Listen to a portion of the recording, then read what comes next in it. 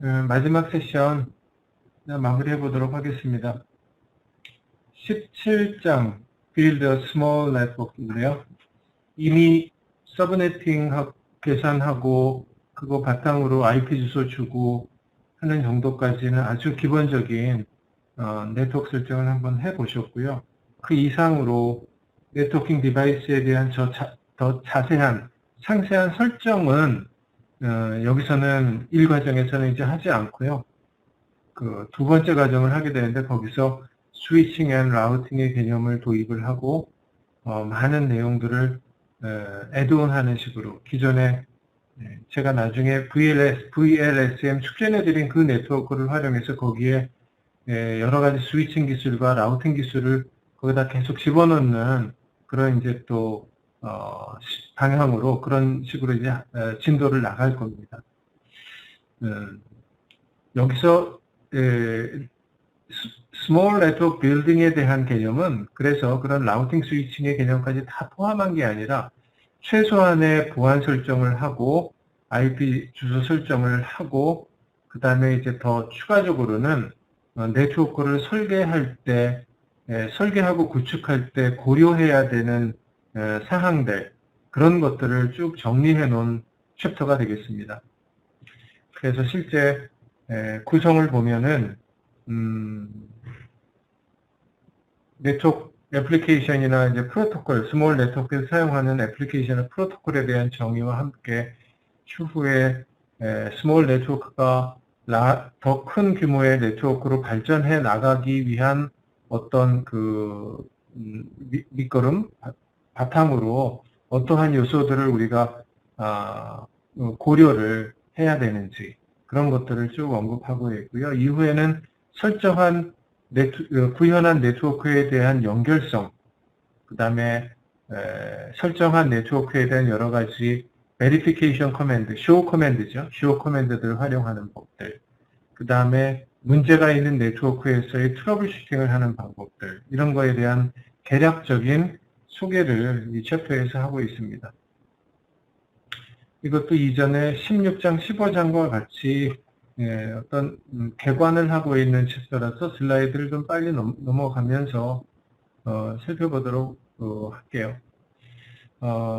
아주 소규모 댕내망 또는 소호의 경우에는 고민할 사항이 그렇게 많지 않죠. 그래서 인터넷 커넥션, WAN 커넥션을 어떻게 하느냐에 대한 정도를 정의를 하고 내부적으로는 스위치 하나에 대부분의 디바이스들이 공유기를 통해서 연결된 그런 경우이기 때문에 그러한 내용들에 대해서 요약을 하고 있어서 기본적으로 외부 네트워크 연결하기 위한 즉 커넥션 이제 ISP 연결하기 위해서는 이제 어떤 밴드위스를 가지고 어떠한 장치를 통해서 연결하느냐에 따라서 비용 문제라든지 속도 문제라든지 추후 확장성 문제들이 영향을 받으니 그러한 것들을 keep in mind 해가지고 해야 되겠다. 그 다음에 스몰 네트워크에 대한 어드레싱인데 이것도 이미 IP 어드레스 소개할 때 언급한 내용들로 디바이스 유형에 따라서 또는 서비스에 따라서 또는 사용자에 따라서 권한에 따라서 어떻게 어드레싱을 또는 더 나아가서 서브네팅을 할 것인지 그런 것들을 언급하고 있습니다.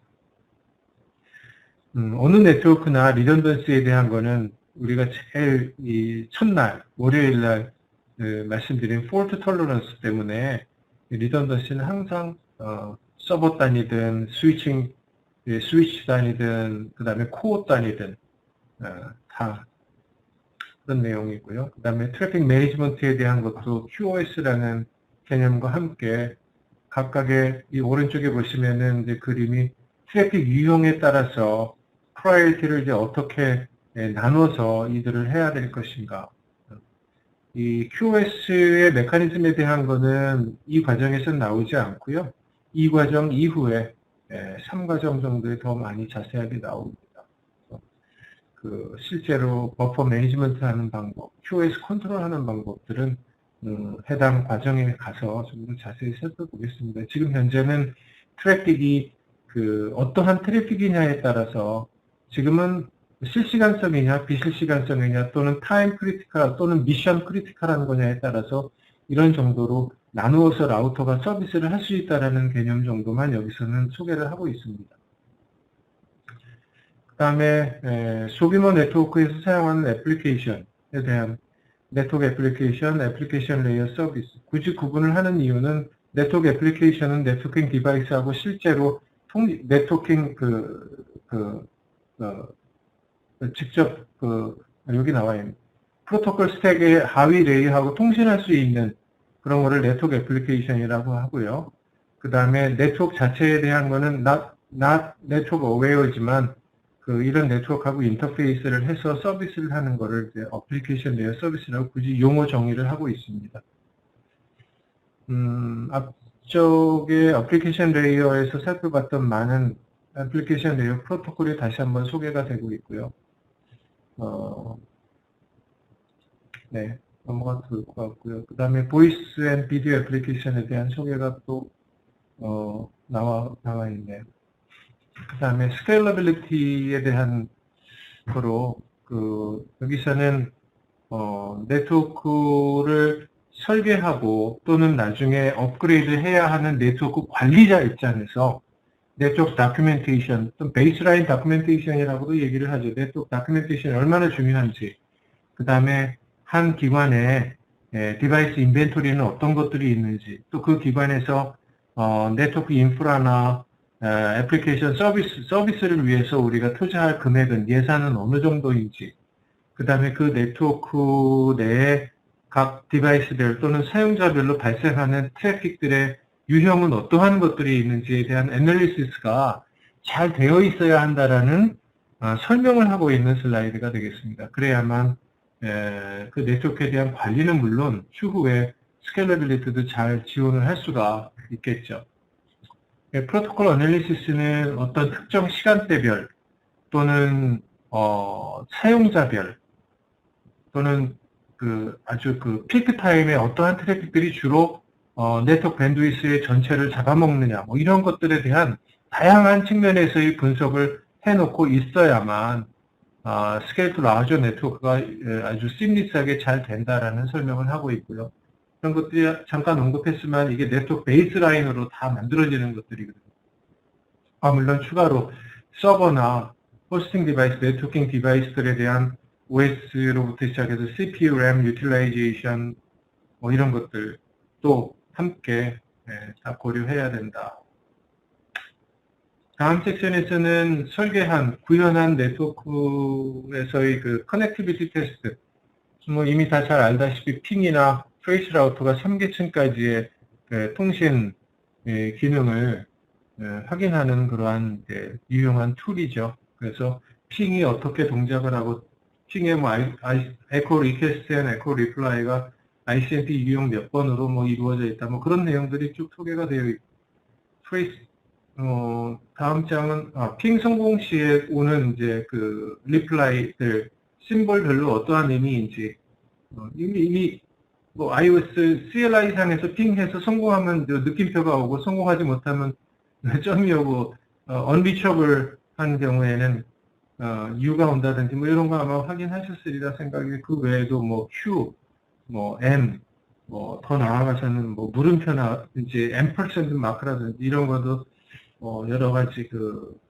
데스티네이션이 뭐 혼잡하다든지 조각을 할 수 없고 세그멘테이션이 안 된다든지 뭐 알 수 없는 유형이라든지 여러 가지. 근데 여기서는 이 콜스 컨텐츠, 콜스 스코프의 이 콜스의 범위 밖이라고 얘기를 하고 있는데 그렇게 대단한 내용은 아니고요. 찾아보시면 다 나오는 내용들이. 그 다음에 익스텐디드 핑, 라우터에서 익스텐디드 핑 해가지고 여러 가지 세부 설정을 바꿔가면서 핑하는 방법들 소개하고 있고요. 트레이스 라우터에 대한 것들. 트레이스 라우터가 뭔지, 트레이스 라우터는 실제로 TTL 필드나 홉 리밋에 어떠한 값들을 넣어서 하고 있는지 뭐 그러한 내용이 쭉 나오고 있어요. 타임 엑스리드 이 트레이스 라우터는 이제 구간별로 제일 가까운 홉, 그 다음에 두 번째까지 홉, 세 번째까지 홉 이렇게 해서 계속 목적지까지의 구간별 거를 홉 리밋 이런 거를 조정해가면서, 디테일 조정해가면서 하는 뭐 그런 거다. 리퀘스트 타임아웃이라고 에스터리스크로 나오는 경우가 있는데, 이거는, 실제로 그 해당 디바이스에서 그 응답을 하지 않는 설정을 해놓은 경우에 이렇게 온다. 그런 예로 보여주고 있고요. 유사한 내용이네. 마찬가지로 Extended Traceroute 커맨드도 iOS 상에서 지원이 되고, 물론 도스 프로젝트 상에서 지원이 되는 거는 iOS와는 좀 다르지만은, 옵셔널, 이런 거, 옵션 필드를 정해서 할 수 있다는 것도 소개하고 있습니다. CLI 상에서 트레이스아웃 하는 예제도 보여주고 있고요. 아까 언급한 바와 같이 베이스라인 만들어 놓는 게 굉장히 중요합니다. 이거는, 그 네트워크의 에셋들, 리소스들 정리하는 것과 함께, 네트워크에서, 성능 지표, 성능 지표, 성능 기준, 뭐라고 해야 될까, 해가, 그런 여러 가지, 통신, 품질 측정 결과들, 이런 것들을 잘 베이스라인으로 만들어 놓아야만 추후에 소프트웨어 업그레이드라든지 하드웨어 업그레이드, 그 다음에 스케일러빌리티를 위해서 좋다라는 전반적인 설명이고요.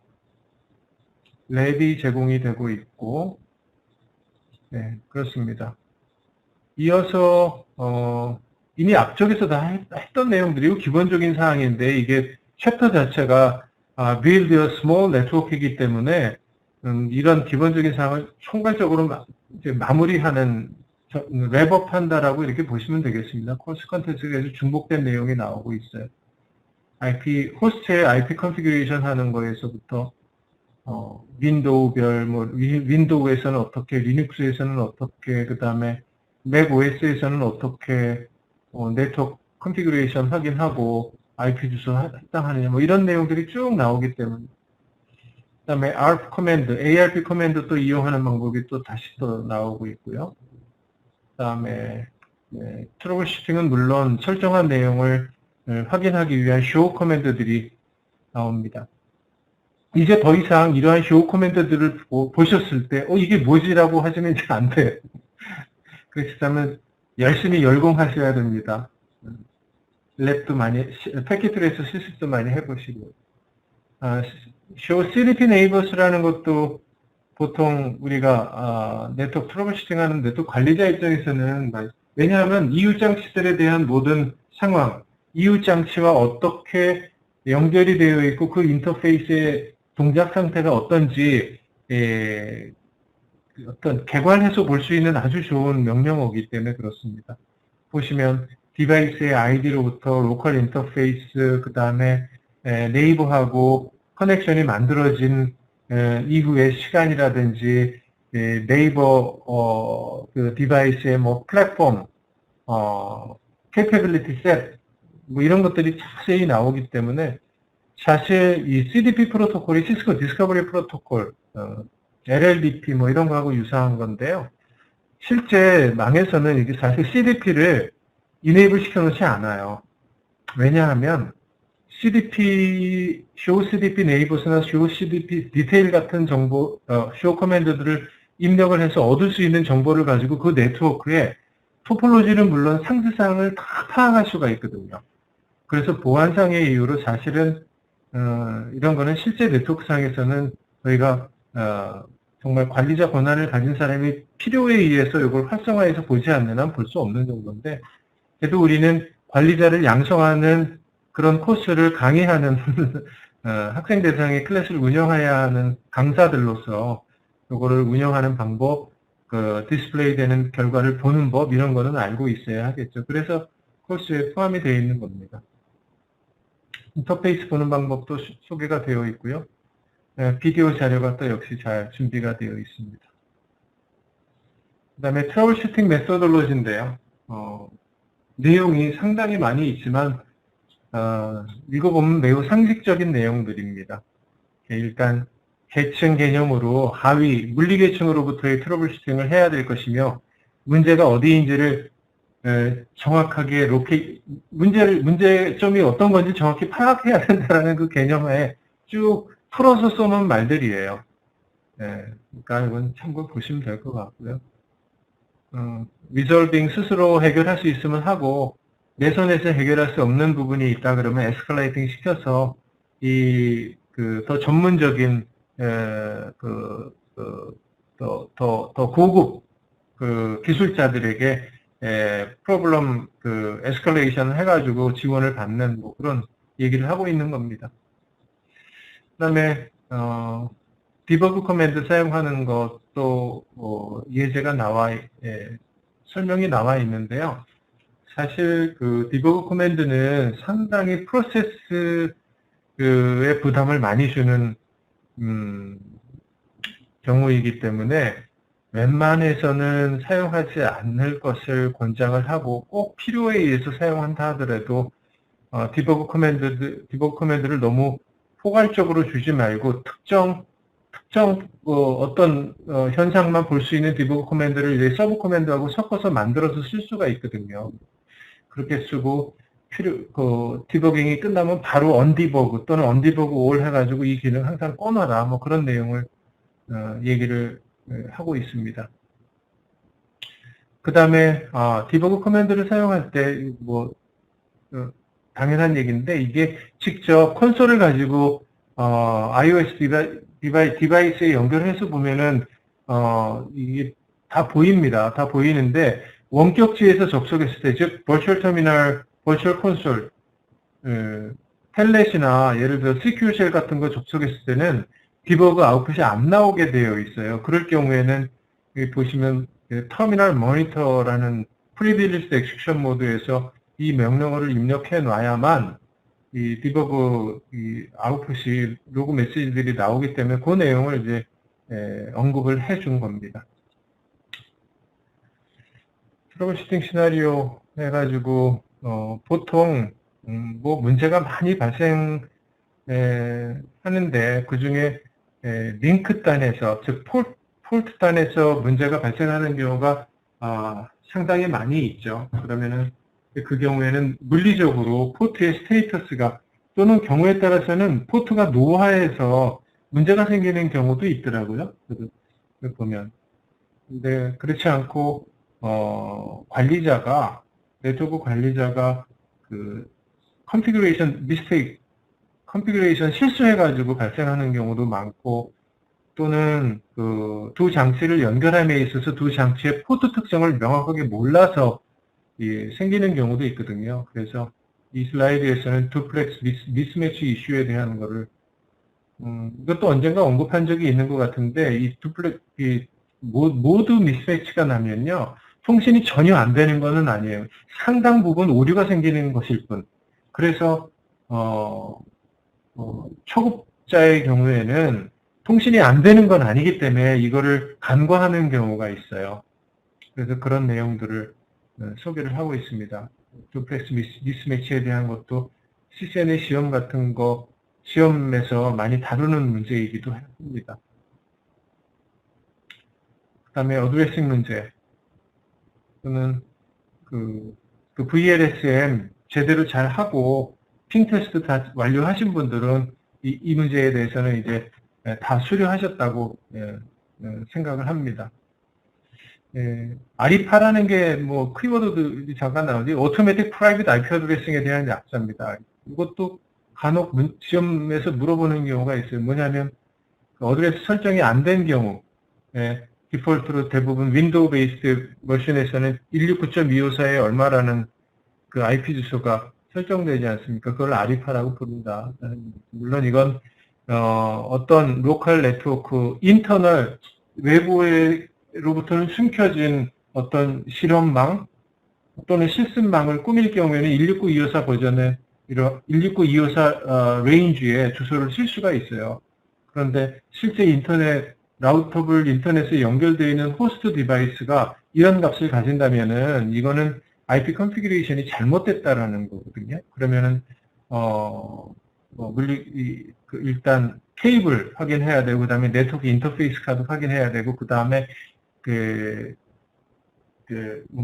DHCP 설정이 잘못되어 있어서 제대로 주소 설정을 못하는 경우라든지 이런 것들을 순차적으로 살펴봐야 한다. 뭐 그런 설명이 되겠고요.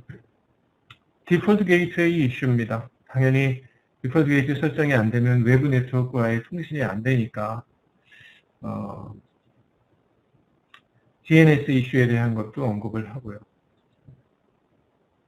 이 정도로 17장의 7섹션은 혹시 요 커넥티비티 이슈에 대한 거를 조금 더 자세히 이모저모 살펴보고자 한다면 요 패킷 트레이서가 상당히 유용한 패킷 트레이서예요. 그래서 여러 가지 물리계층으로부터 2계층, 3계층 이슈까지 하나하나 찾아볼 수 있는, 연습해 볼 수 있는 그런 액티비티가 잘 준비되어 있습니다. 피지컬 모드에서도 케이블링 문제로부터 어드레싱 문제까지 직접 해볼 수 있는 패킷, 이 두 개의 패킷 트레이스가 아주 잘 준비가 되어 있어요. 학생들은 나중에 과정 마무리 하실 때, 이 7.6, 17의 7의 6과 17의 7.7 같은 거 꼭 숙제로 내서 학생들이 직접 커넥티비티 테스트나 트러블 슈팅을 해볼 수 있도록 해주시면 좋을 것 같습니다. 네, 여기까지 뭐 뒤에 또 챌린징 액티비티가 나오는데요. 여기까지 해서 17장 마치도록 하겠습니다.